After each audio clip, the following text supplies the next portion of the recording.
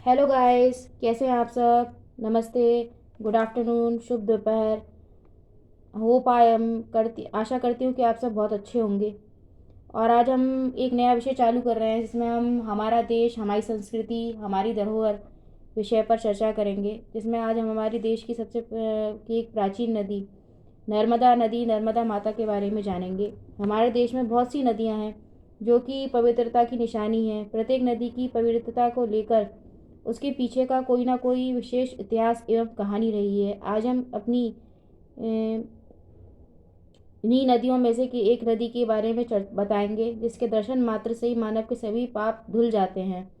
उन नर्मदी नदियों का नाम है नर्मदा नदी। नर्मदा नदी के भारत के मध्य भाग में पूर्व दिशा से पश्चिम की तक बहने वाली मध्य प्रदेश और गुजरात की प्रमुख नदी के रूप में जाना जाता है। यह नदी गंगा नदी से भी पवित्र मानी जाती है। कहते हैं कि जो पुण्य फल गंगा नदी में स्नान करके मिलता है वह पुण्य फल नर्मदा नदी के दर्शन मात्र से ही प्राप्त हो जाता है। नर्मदा नदी की उत्पत्ति अमरकंटक के शिखर से हुई थी। माता नर्मदा की उत्पत्ति के पीछे अनेक प्रकार के कारण बताए गए हैं। इसके पीछे कई कहानियाँ भी प्रचलित हैं। एक बार भगवान शिव अमरकंटक के सरोवर के पास में ही बैठकर तपस्या कर रहे थे तो उनके पसीने से एक नदी का निर्माण हुआ। ये नदी भगवान शिव को ठंडक प्रदान करती थी। जब भगवान शिव की तपस्या टूट गई तो माता नर्मदा ने उन्हें अपने चमत्कारों के बाहरी लीलाओं के बारे में बताया, जिसे सुन भगवान शिव एवं माता पार्वती पहले तो अचंभित हुए, फिर भगवान शिव का मन बहुत हर्षित हुआ। उन्होंने नर्मदा माता से कहा, आपने हमारे हृदय को बहुत हर्षित किया है, इसलिए आज से आपका नाम नर्मदा अर्थात आनंद देने वाली होगा। नर्मदा नदी दो शब्दों से मिलकर बना है, नर्म और दा। नरम माने आनंद और दा का मतलब होता है देने वाली, इसलिए नर्मदा को आनंद देने वाली नदी कहा जाता है। माता नर्मदा के उद्गम स्थल से लेकर समुद्र मंथन के मध्य लगभग 10 करोड़ से भी अधिक तीर्थ स्थल बने हुए हैं। इसके कण कण में भगवान शिव का निवास माना जाता है, इसलिए नर्मदा नदी के पत्थरों को भी शिवलिंग के रूप में पूजा जाता है। नर्मदा नदी की उत्पत्ति अमरकंटक की शिखर मेकल से हुई थी, इसलिए इसे मेकाल पुत्री के रूप में भी जाना जाता है।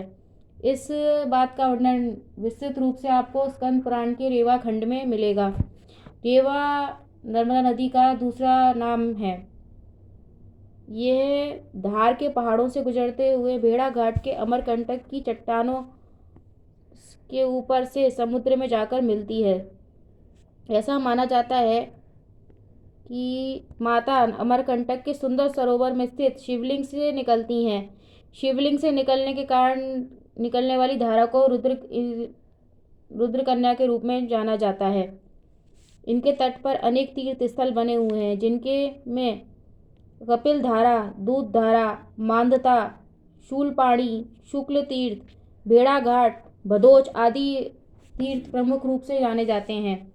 भारतीय परंपराओं एवं मान्यताओं के अनुसार नर्मदा नदी की परिक्रमा करने से विशेष फल प्राप्त होते हैं। ये भारत की इकलौती ऐसी नदी है जिसकी परिक्रमा की जाती है। इनके परिक्रमा करने से ऐसा माना जाता है कि मनुष्य सारे बंधनों से, पापों से मुक्त हो जाता है, उसे स्वर्ग से सीधे बैकुंठ लोक की प्राप्ति होती है।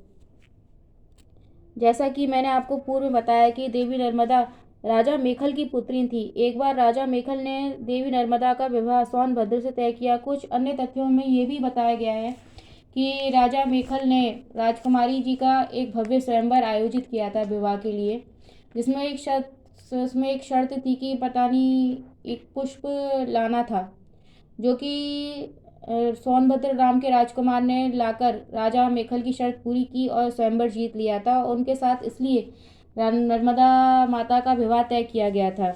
लेकिन नर्मदा माता ने उन्होंने देखा नहीं था, तो उनके मन में बड़ी इच्छा थी कि राजकुमार को एक बार देख लिया जाए। तो उन्होंने अपनी इच्छा पूर्ति के लिए अपनी सखी सहेली सुखिया सुखिया नाम था ना सुखिया के हाथों उनके पास एक खत पहुंचाया कि वह उनसे मिलना चाहती हैं, बात करना चाहती हैं। जुइया को राजकुमार के पास से संदेश देकर ना लौटते हुए देखकर काफ़ी समय व्यतीत हो गया। राजकुमारी को अपनी सहेली जुइया की चिंता होने लगी कि भाई वो कहाँ रह गई और अभी तक क्यों नहीं लौटी। तो वह उसकी खोज में निकल पड़ी। खोज करते करते वह राजकुमार सोनभद्र के पास पहुंच गई। वहां उन्होंने जुहिया को राजकुमार सोनभद्र के साथ देख लिया।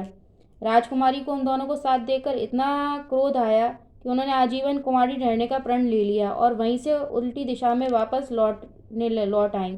इसलिए कहा जाता है कि नर्मदा नदी उल्टी दिशा में बहती हैं। बाकी सारी नदियाँ बंगाल की खाड़ी में गिरती हैं, लेकिन वो भारत की पहली ऐसी नदी हैं जो अरब सागर में जाकर मिलती हैं और बंगाल से खाड़ी मिलती है। नर्मदा की तीसरी, ये भारत की तीसरी सबसे लंबी नदी है। भगवान शिव ने माता नर्मदा को अविनाशी रहने का वरदान दिया है और इसी कारण प्रलय के समय में भी अविनाशी ही रहेंगी। संपूर्ण विश्व में एकमात्र ऐसी नदी है जो अविनाशी हैं। ऐसी नर्मदा नदी को मेरा प्रणाम है। आपको ये वीडियो कैसा लगा प्लीज़ ज़रूर बताइएगा। मेरी वीडियो अगर पसंद आए तो उसे लाइक शेयर करके अपनी राय कमेंट बॉक्स में ज़रूर लिखिएगा। हम आगे भी ऐसे ही भारत की अनेक नदियों, तीर्थ स्थलों और भव्य भवनों के बारे में, अन्य जगहों के बारे में आपको ज़रूर बताएंगे। अगर आपको हमारा वीडियो पसंद आया हो तो प्लीज़ हमें हमारे चैनल को सब्सक्राइब ज़रूर कीजिएगा। धन्यवाद।